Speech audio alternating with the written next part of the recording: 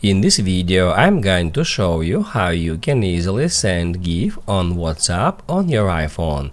Be sure to watch the video to the very end so you don't make any mistakes, and of course do not forget to like this video and subscribe to my channel. Thanks guys. So let's get started, and first off, open up WhatsApp app.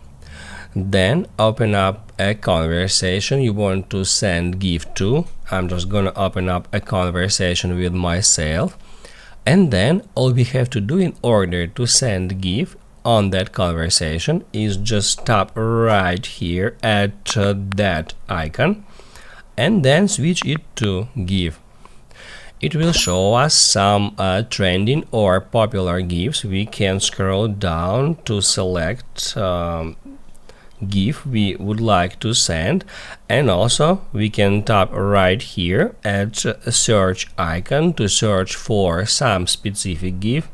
You can just enter your search request here, and then all you have to do in order to send GIF is just tap on it and then tap at send. That's how you can easily send GIF on WhatsApp.